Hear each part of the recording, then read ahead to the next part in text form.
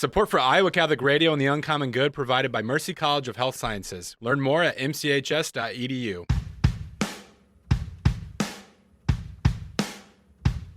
Welcome, folks, to the Uncommon Good with Bo Bonner and Dr. Bud Marr. Every week, diving deep into the truth of Catholic social teaching and restoring all things in Christ.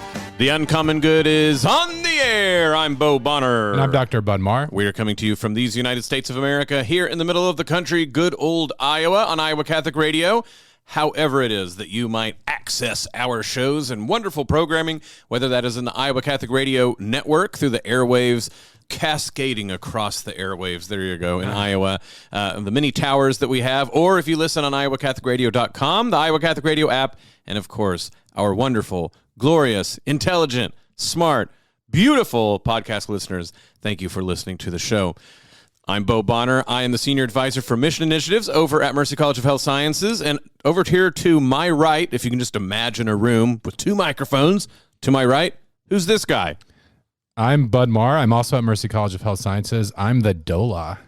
Not the doula. The DOLA. I'm the Dean of Liberal Arts and Sciences. So you just added an O sort of sound? No, of.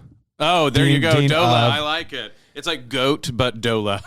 If I can somehow incorporate a U there, I could call myself a doula of academia. You know, sorry to be a big dork, everyone, but of course, that's one of the things that Socrates said the philosopher was like. That he said the midwife, right? Like you bring birth to knowledge out of the person, right? Like, so a teacher's not putting anything into them. They're bringing forth what people already have. So I think it actually works. I kind of like it. I like midwives. So, like you're saying, kind of like midwifing students into deeper knowledge, their careers, etc. But no, when we were first married, when we were first expecting a child, not us, by the way. No, he's talking about Rachel. My wife, Rachel, and I.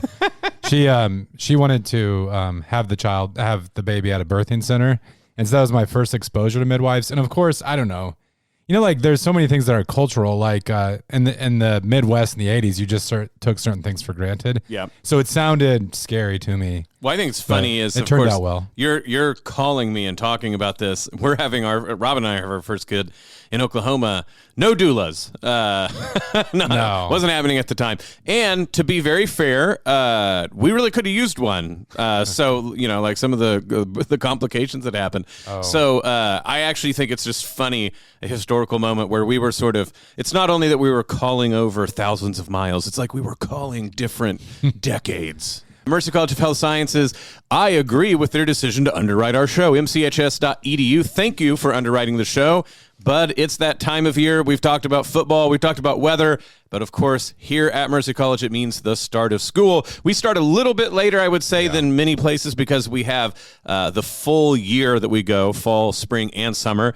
But it is completely and utterly the start of the new school year, mchs.edu. I'm happy to be at Mercy College of Health Sciences, and we do have some eager new students and some dedicated students who have already been here, so it's fun to kick off the fall term. We're going to embark on a new, people who've been a part of the show for long enough, and I realize, Bud, it is going to be next week a full 8 years. Our first show, September 14th, 2016. I think at that point, were we on Tuesdays or Wednesdays? I want to say Tuesdays. What's cool about that is I think that's the Feast of the Exaltation of the Cross. Yeah, that's a great day to start a radio show. And so that's what's interesting about this, right, is next week our show will also be September 14th. It's a Saturday this time, but the sort of trick of how everything works 8 years later. Today, we're going to prepare everything for a new line of shows where we're going to reconsider all of those first shows because the first shows were all about the most basic principles of Catholic social teaching. So today, we're going to do the run-up to that show, give a salute to what we've done so far, and then prepare for next week where we celebrate 8 years, reconsider what was 30 minutes at the time, hour-long show about the fundamentals of Catholic social teaching. This is The Uncommon Good. Bo Bonner and Dr. Bud Marr, stick around. We'll be back right after this.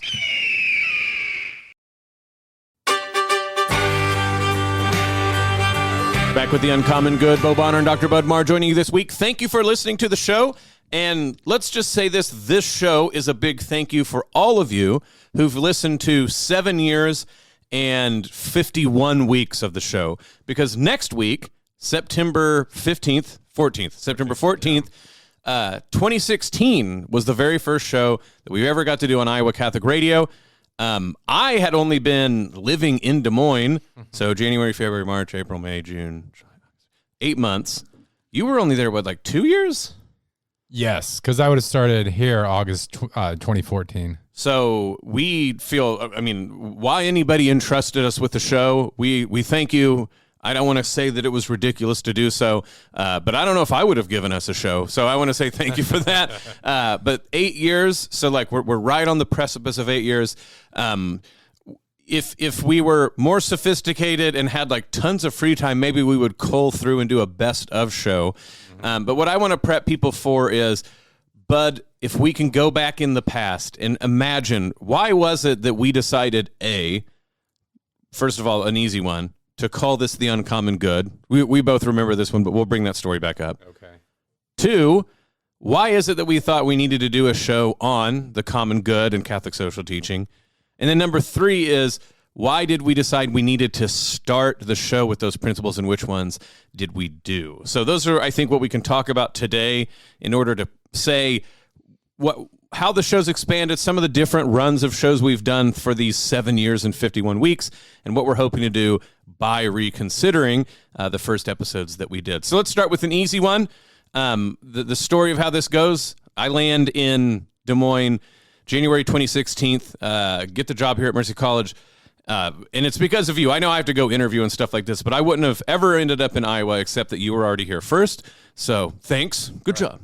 But the other thing is, I talked to a guy named Mike Aquilina. We've had him on the show, of course, multiple times.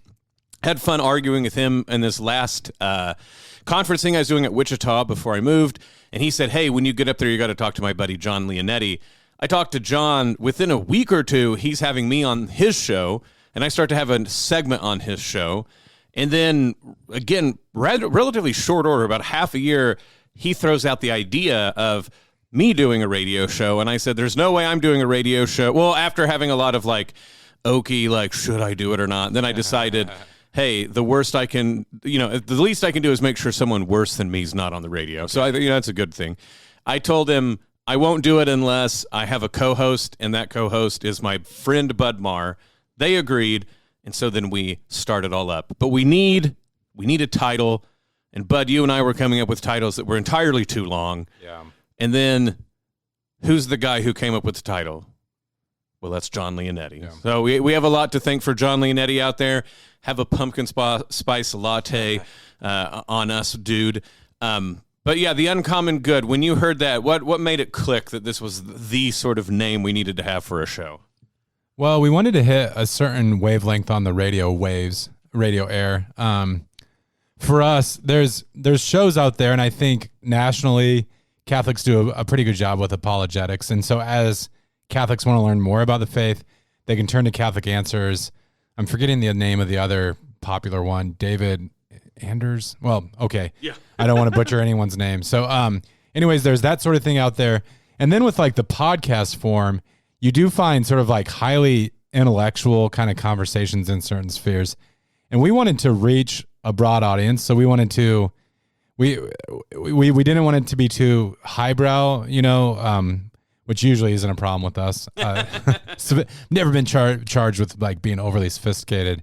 But we also wanted to be something that like Catholics found engaging. They're like, well, this show has a kind of depth. It's not just radio potato chips.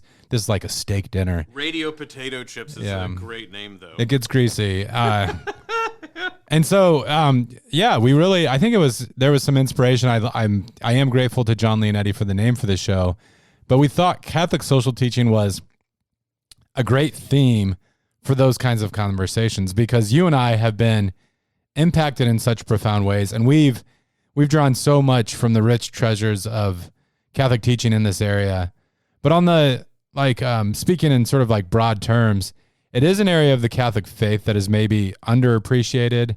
It's an area where some Catholics, like committed Catholics, are even a little bit suspicious because of maybe how it's been mediated to them. But especially since the 19th century, since the time of Leo the 13th, there have just been popes and good theologians who have written really profound, challenging documents about a just ordering of society, and really, but drawing in profound ways on the Catholic tradition in a way that I think like this is really where the church truly is prophetic, and sort of like the ways that our culture often kind of like approaches these questions. It just gets sort of exploded in the best sense of the word with what the church has to say. So I like the name Uncommon Good because a foundational principle of Catholic social teaching is the common good, and we can talk more about that in a later episode. But it's the uncommon good because it's not commonly discussed, or it's maybe like underappreciated, undertreated. I know, and John Leonetti, wordsmith that he is,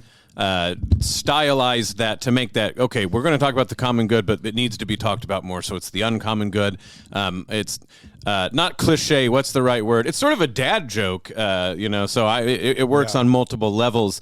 But certainly, like you said, the various people in our lives who formed us, commonality, right, of course, that we both went to Protestant seminary out at Duke Divinity School. So Stanley Hauerwas and his teaching about the social impact immediately, not of Christ in terms of like, oh, there's good principles that you should sort of disseminate. But no, Christ himself is a political event that makes a statement and a claim on our lives. So the common good has been something common to both of us in the various ways that we have pursued those claims. Then, of course, you sort of spread out in the sort of people we studied, your studies in Newman, studying under Dr. Hittinger unofficially for me.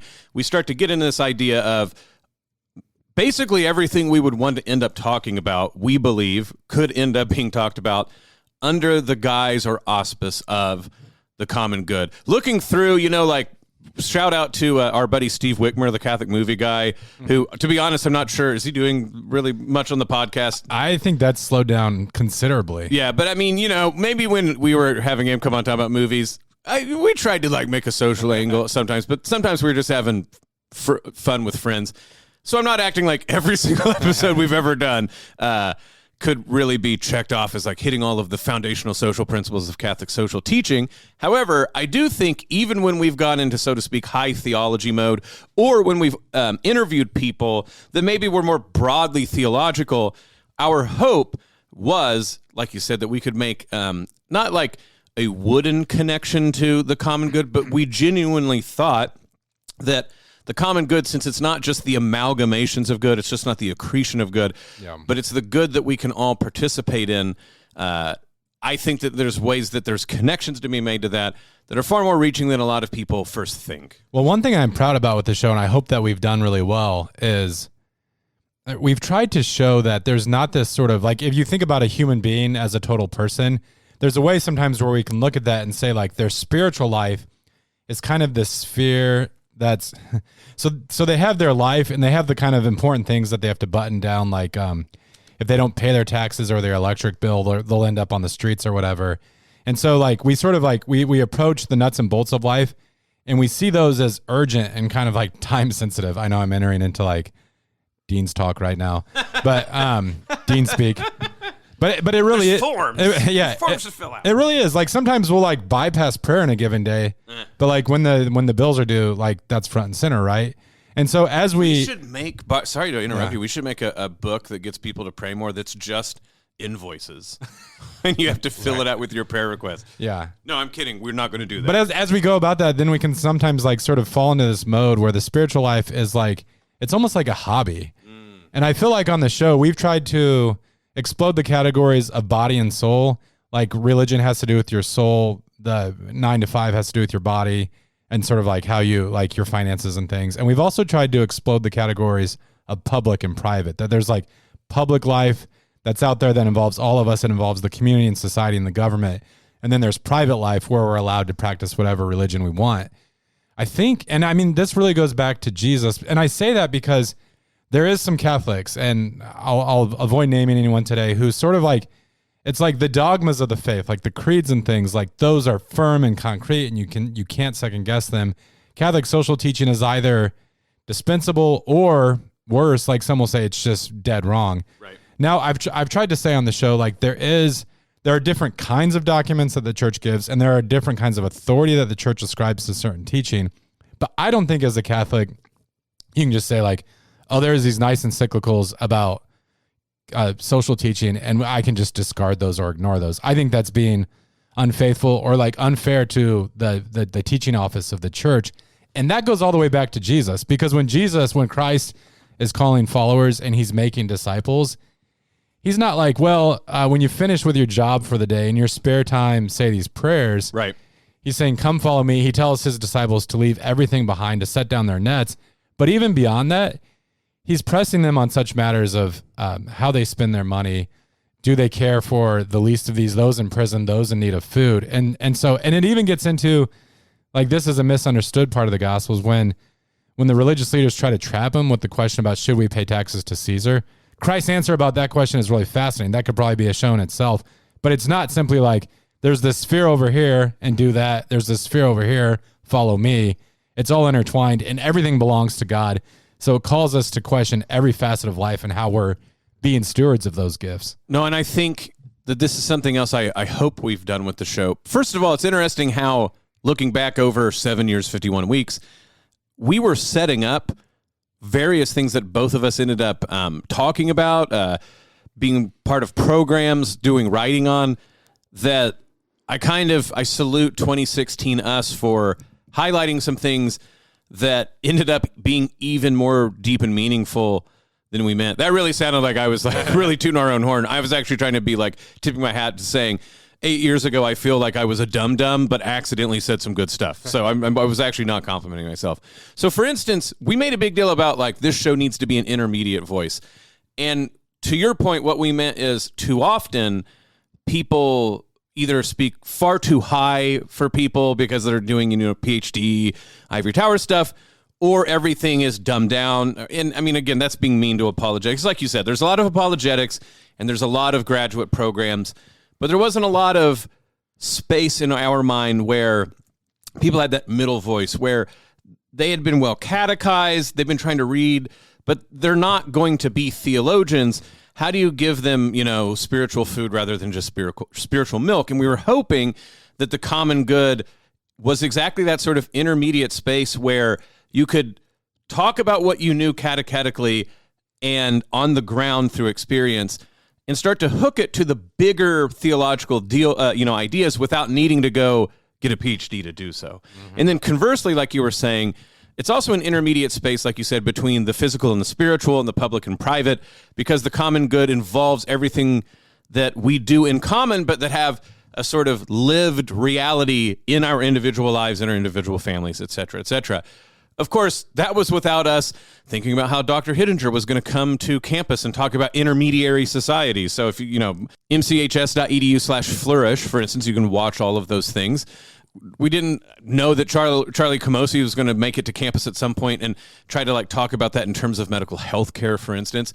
We didn't know that we were going to get to be a part of the Notre Dame Church Communication Ecology program and talk about mediums and intermediaries and things like this. A lot of seed form buds set up that year in 2016 to talk about how we need a space that that a lot of the things that we know through the deepest parts of the faith that we know in a basic and simple way, and I don't mean that badly, I mean sort of in kernel form, can be unpacked for a reality that we live in. And so that's why I think that, that's great. The other thing you were pointing out about people being cafeteria Catholics towards social teaching, which is funny because you and I both, I think, came to 2016. How long have we been Catholics at that point? 10 years, right? About. Yeah. And so probably, yeah. We had lived a decade-ish of, and rightly so, being worried about people who were cafeteria Catholics in terms of doctrine. And I can tell you that 2006 to 2016, as a new Catholic who was, waving the fist a bit too much, I will say justified so, worrying about people who act like on the matters of doctrine, especially dogmatic ones, right, and theological ones, liturgical ones, that you could be a cafeteria Catholic and sort of choose what you liked and discard what you didn't. In 2016, I think we were saying, well, then to be fair, right, the quote-unquote other side, and I don't even like talking about it in political terms, but too often the people who are good on dogma, good on doctrine, good on worship, like you said, would then be cafeteria Catholics about social teaching, and we needed an intermediary, right? We needed people who were trying to hold both together. And I'm hoping that what people have heard through the years is, even when it comes to Catholic social teaching, and it is absolutely true, the Catholic social teaching is difficult precisely because it's saying, what should we do in the here and now? And a lot of that truly is not just, it's a matter of prudence, but that can't let us off the hook. Mm-hmm. So even if you read something that, as it were, is like sort of a policy that seemed a little bit too time-bound, or like you even have a pope that, quote unquote, got it wrong about like this or that political situation, I think what obedient Catholics should do is try to walk it back to the level of principle and say, okay, even if prudentially what was said about a specific policy or particular matter, if it didn't come out in the wash correctly, what was the principle governing that, navigating that, pushing that the popes were trying to be faithful to? And so going forward, we can be obedient to those principles, and hopefully in the sort of here and now when it comes up, do an even better job going forward, being faithful to those principles. Yeah, and for those Catholics who are sort of skeptical of these conversations, and I've seen some really bad takes, Bo. I get that voice you said that. I guess I'll call. You've seen things. I guess I'll call one person out, and I think he could take it. I mean, he steps into the arena, so I mean, he probably expects this sort of thing. But I remember with one of Pope Benedict's social encyclicals that George Weigel wrote an article in First Things where he kind of redlined the document, and he said I should go back and get the article before I start talking about it, but he said there was basically, you could tell the parts that were written by Benedict, and then you could tell the parts that were written by, not consistory, but there's an office in the Vatican that addresses these questions, like on peace and justice. I remember what you're talking and he kind of implied like, just, you only have to pay attention to the parts that are written by Benedict, right? It's just like really not a constructive. You know what that reminded me of? I'm sorry. Like, remember in Protestant seminary where they would give you, then this is like not evangelical, this is really Protestant sort of stuff. They'd hand you the Old Testament and they would say like, get different colors of markers. And you're like, this was the priestliest, this was the priest, this was the Deuteronomist. And you're supposed to like chop it up that way. I was always imagining doing that with encyclicals. And don't do that. Don't do that. But beyond that, like the kind of person, Weigel or otherwise, who is tempted to do that sort of thing, they usually have a devotion or a respect for the fathers, the church fathers, the early, most seminal Christian theologians. And man, what was the title of our first show? We talked about the tranquility of order. Yeah. We were channeling St. Augustine. Yeah. So from the earliest writings in the church, the great fathers did not make those sorts of divisions. Or if you want to talk about like conservative Catholic commentators, like which theologian above all do they venerate, it's probably St. Thomas Aquinas. Aquinas has all sorts of disputations and questions about justice and about the tranquility of order and these sorts of topics. So I don't know, you just don't see that sort of bifurcation. Like you said, if we feel challenged by something that the church is teaching, or we're like, prudentially I land in a different place, I think that puts the onus on us to kind of wrestle with the question.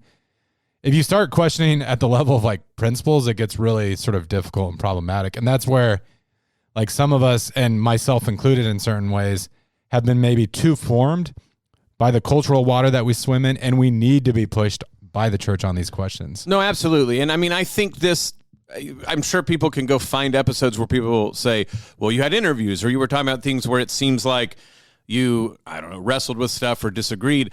And I'll even say that this is where I will throw out that I'll just say the tendency of encyclicals to get longer and longer and to be more about like this policy or that particular case. It does make it more difficult, right? Like I'll be honest about that. If encyclicals that can have narratives and things like this, but sort of say these are the principles by which I'm making a commentary on this, that, or the other. I'm just going to go back to Leo XIII, who wrote a lot about particular things happening in his time, but would always, I mean, maybe not always, but I think he, majority of the time, would elucidate a principle from which he was trying to make the commentary. Whether it was about marriage in France, whether it was about trade unionism through Europe, he got very specific.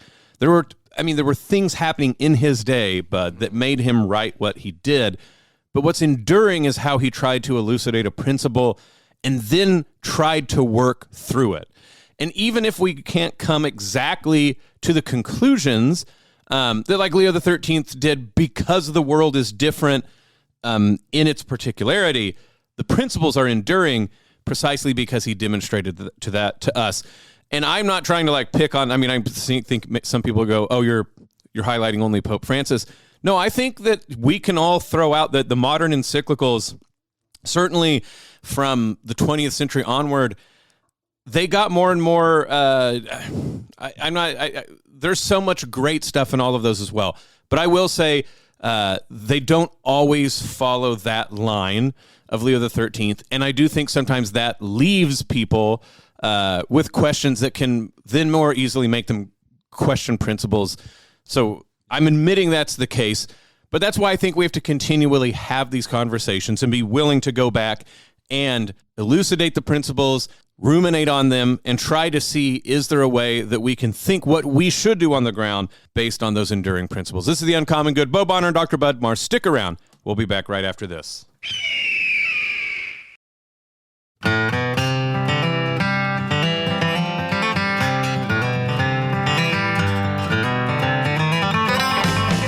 Back with The Uncommon Good. Bo Bonner and Dr. Bud Marr joining you this week. Thank you for listening to the show, whether that be through the airwaves, broadcast all around Iowa, in different sections, whether it's iowacatholicradio.com, Iowa Catholic Radio app, or our good podcast listeners.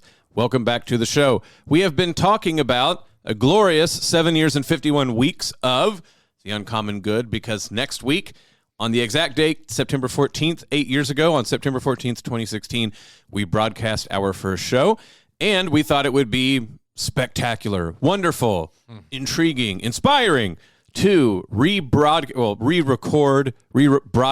on the topics that we started out the show all those years ago.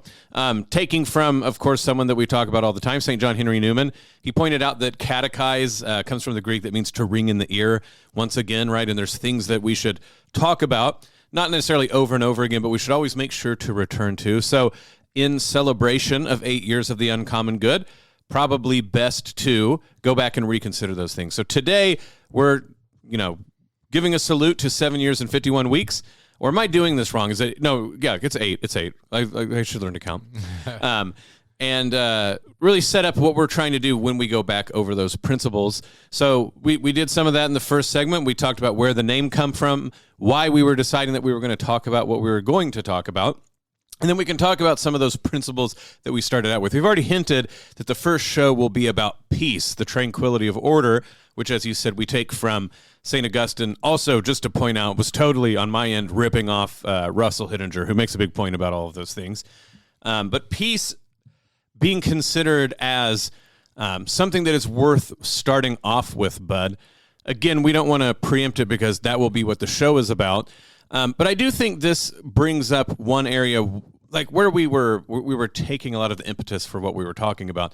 Peace, understood correctly, for instance, was a big part of what we were teaching when we co-taught the servant leadership courses together here at Mercy College, and why it's important to establish what Christians mean by peace as opposed to what like liberal modern nation states mean.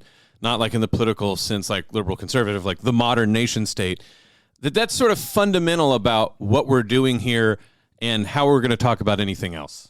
Yeah, we'll get into this next week. Like you said, we don't want to steal too much thunder from next week's show. But to get these kinds of conversations right, you have to start with the right end or framework in mind. It's kind of like, so I've been writing some on John Henry Newman's idea of a university. And he talks about like, what's the purpose of a university? Mm-hmm. And there are figures around who he's talking with during his day who say we can create educational institutions or even like publicly funded libraries, and they won't bring in theology or any questions of religion, which could be divisive, or like people are coming to us from different places. But they think if we just educate the citizenry, they'll be more moral. And Newman kind of questions like this, like even this basic idea, but he says like with a university, its goal or its purpose is not necessarily the moral formation of persons. Now he has some interesting sort of nuances on like how it's still involved in that sort of thing, but he talks about like, you have to understand the DNA of what you're about. And so the church is there to create saints, and it sanctifies us. The university has a relationship to the church, but it's a different kind of institution than the church. So when we talk about the common good, I think you have to start with peace and the tranquility of order. One thing we'll talk about next week is our own social order, like America's history, and even you could talk about the West more generally. It actually has this if you look at like what we're experiencing today as like waves or something, there's all these things underneath the surface. And one of those things is like founding narratives. And we often don't really think about this sort of thing when we bring it up with our students at first. I think like I should pull the meme of the guy in front of like the chalkboard or whatever and like the crazy look on his face, like the conspiracy theorist. But like we often don't we're not like self-critical or step back and think about those things, but there's ways in which our society sort of projects an understanding of human life. And one of those goes back to a figure we'll talk about next week, Thomas Hobbes, where at the foundation of all things is sort of violence. And then you rest not really order, but just kind of like stability or the ability to get along out of that kind of like primeval violence.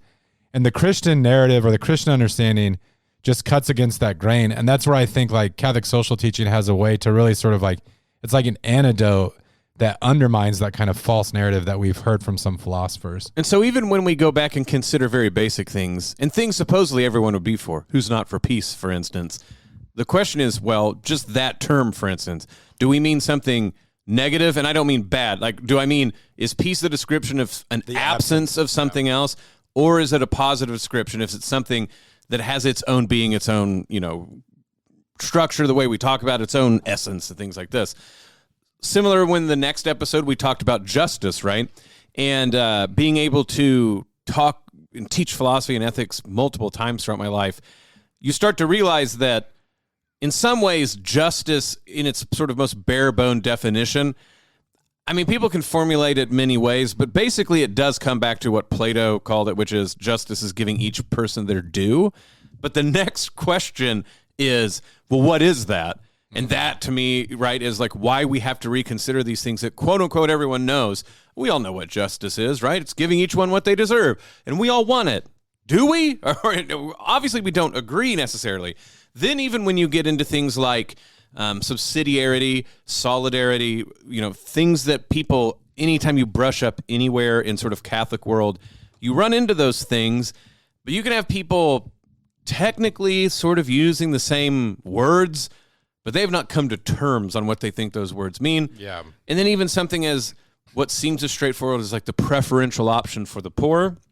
Not only is that sort of weighted with a lot of that prudential aspect, is what does it mean to have a preferential option to the poor in the very practical sense, but I think that there's theological aspects that if we don't get right, we sort of, it's not only that we kind of missed the mark a bit. We end up doing something different and very worldly. And I don't mean that in the sort of you worldly sinners. I mean that in we view the whole thing in the terms that the world uses, and things like maybe the dignity of the poor, for instance, or the unique role and revelation that they play gets lost along the way. So as we go through these principles, the basic principles of Catholic social teaching, I hope we're able to show people not only that we're not just being lazy and coming up with a new thing to do with the next few episodes, but why it's important to reconsider them after 8 years of doing this, but also to say in some ways the basic same points again and again,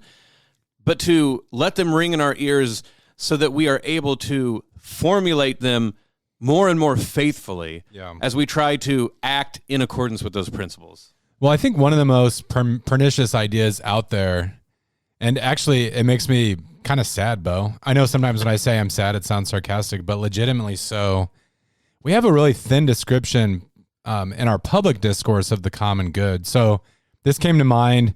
I was doing a little research on politics this week, and I came across a social media account where, I kid you not, like the pitch, this person was really concerned about the outcome of, it wasn't just national elections, but local elections. And her pitch was, mind your own darn business. That's kind of like how she's approaching like these contentious political questions. Like, if you're electing something, it's like, aren't you conceding that it's the business of a lot of people? But I know in talking to students, there is this kind of idea that's sort of common in our culture that there are parts of my life where I can live how I want, and it's fine as long as it doesn't affect anyone else.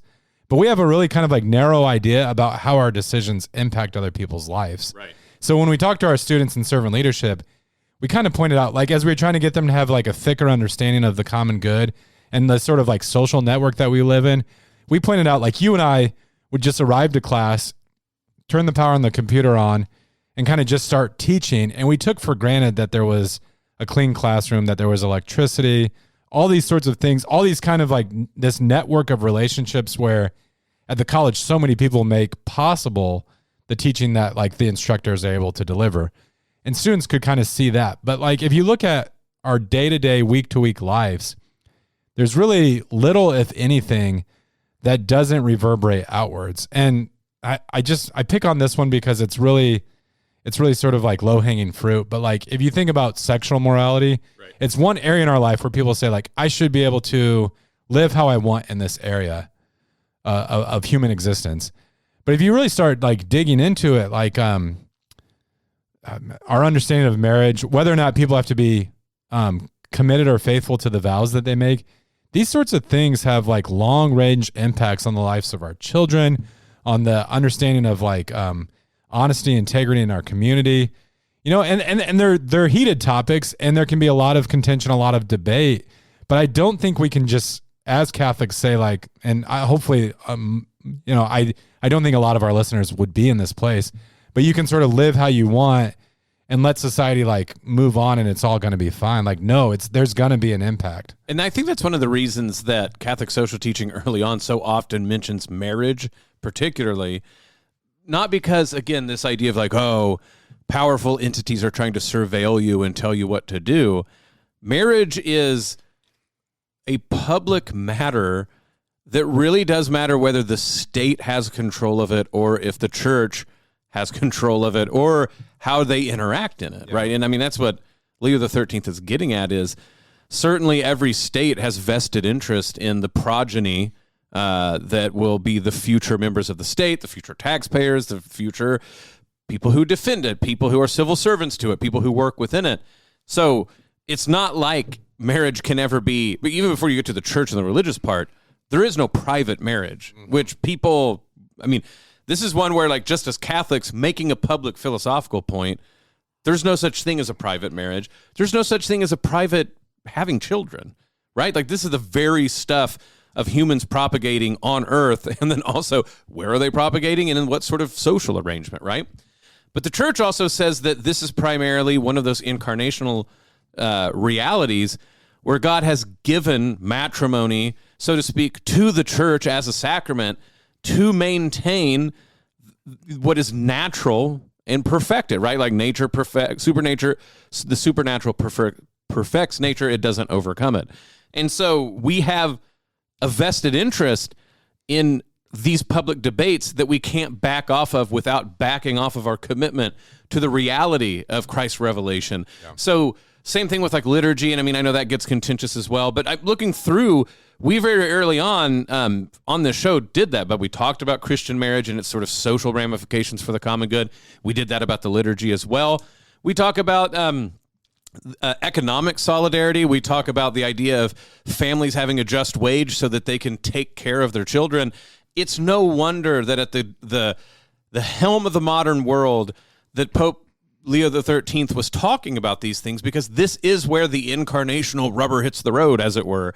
Because if we're not going to affect the social order for the sake of these principles that every body politic needs by nature, and that we don't believe that the church has something to say about it, we truly are just a hobby, like you were saying. Maybe we're like the nicest hobby on earth that has all sorts of charities, but we just reduce ourselves to something you might choose to do on the weekend, and then, you know, you help people out every so often.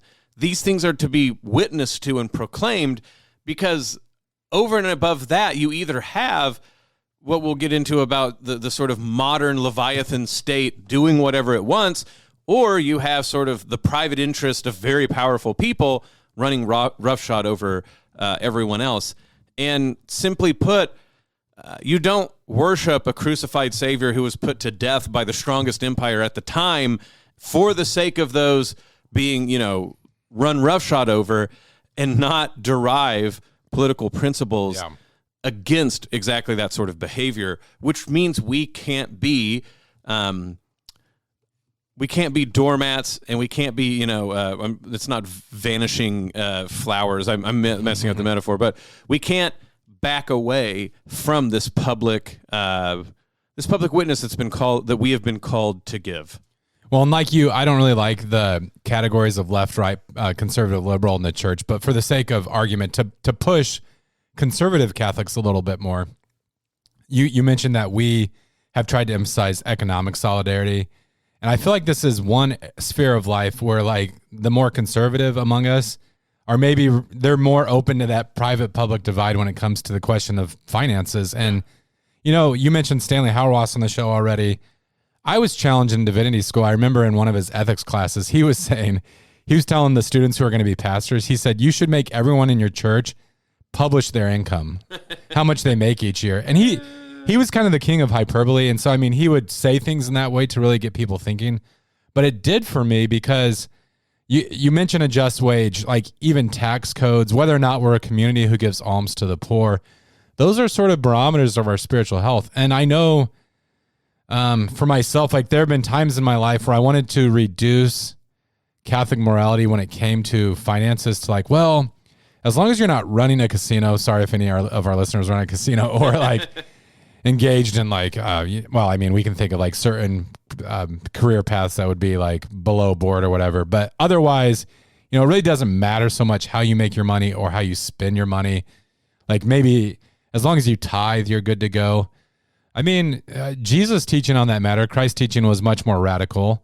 And in some cases, when he encountered those who said they wanted to follow him, but he realized they were clinging to what they had on this earth, and that was still a barrier, he called them to give it all up and to follow him. And the following entailed giving up their material goods. With Zacchaeus, when Zacchaeus said he was ready to follow, our Lord made him pay, was it fourfold? Or, it was like multiplications of what he had taken from others. So we have to hear those messages. We've been clear on the show. There are different stations in life. As a father, you're not doing your children any good if you're like in abject poverty or whatnot. But we probably, the pendulum swung too far the direction, and we shade in the direction of like, don't tell me what to do with my money. When at the very least, as Catholic communities, we have to be having hard conversations about like, are we following Christ to the extent that we're able to with the gifts that he's given us in the here and now? I would at least think that good old Catholic guilt comes in somewhere. Like if you can't be told what to do with your money, like maybe you can feel bad every so often. Like a sort of religion that won't even make you feel a little bit squeamish about buying the fourth jet ski. Maybe it doesn't have the teeth that it's supposed to. And so, look, it's like you said, different stations, different things that we're called to do, even in the New Testament, right? Clearly, the church didn't, run away and never talk to rich people. Paul's life, right, is exactly some of the big conversions of some of the rich people. It's probably why he changed his name from Saul to Paul, for instance. St. John Chrysostom really threw fire. Like if you have an extra jacket, it belongs to the homeless person you just encountered. And so, there's different styles to get to the same thing. So St. Francis of Assisi sort of lived it in this sort of like overly romantic, poetic way. And I don't mean that bad. It's like he was bombastic about it. Then you get like John Chrysostom, just spitting fire. St. Paul, who, was very personal about some of these things. But then you get someone like St. Vincent de Paul, who in some ways is like a gentle grandfather, but literally says he calls the poor our masters. Because if Christ said, insofar as you do this unto these, you do this to me, then he said, then the poor are masters and they're our bosses. And when we die at the final judgment, they'll give a job review about how we listen to them. And so, that's like a radical way to think of all these things. And like you said, different stations in life.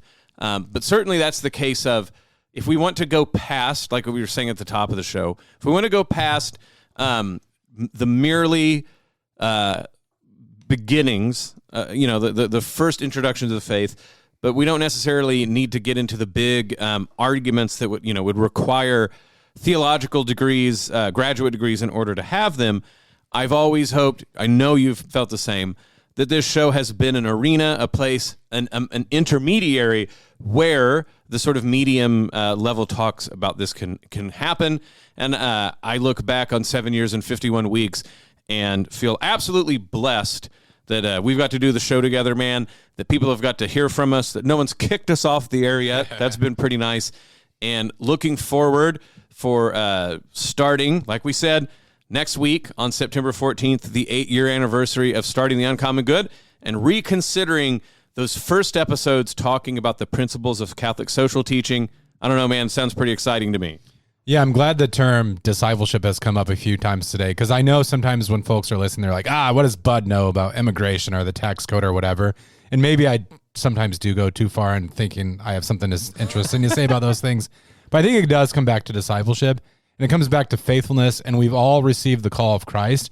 And so how do we live that out day to day, week to week? Just like your favorite Council Vatican II says, the general call to holiness for all of us. Right. This is the Uncommon Good. Bo Bonner, Dr. Bud Marr. Stick around. We'll be back right after this.